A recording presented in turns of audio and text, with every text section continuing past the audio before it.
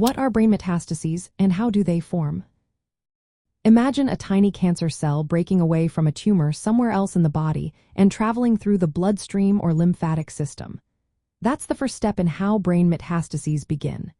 These cells detach from the primary tumor, which could be in the lungs, breasts, colon, kidneys, or even the skin. Once free, they enter the circulation and travel through the body, searching for a new place to grow. The next challenge for these cells is crossing the blood-brain barrier. This barrier is a protective layer that normally keeps harmful substances out of the brain. It's made of tightly packed cells that form a barrier to protect brain tissue. Cancer cells need to be particularly aggressive to penetrate this barrier, which is why not all cancers can spread to the brain. When they succeed, they lodge into the brain tissue and start to grow, forming new tumors.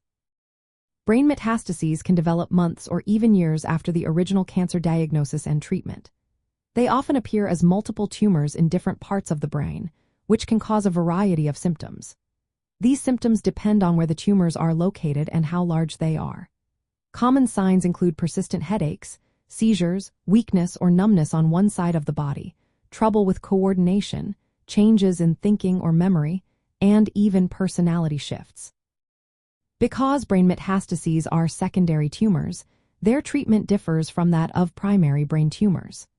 Doctors may recommend surgery to remove accessible tumors, radiation therapy to target multiple sites, or systemic treatments like chemotherapy, targeted therapy, or immunotherapy to control tumor growth. The goal is to reduce symptoms, slow down tumor progression, and improve quality of life. Understanding how brain metastases form is important because they are a serious complication of systemic cancers. Early detection and tailored treatment can make a significant difference. If you or someone you know has a history of cancer, regular checkups and discussions with healthcare professionals are essential. Remember, each person's situation is unique, and medical advice should always come from qualified healthcare providers.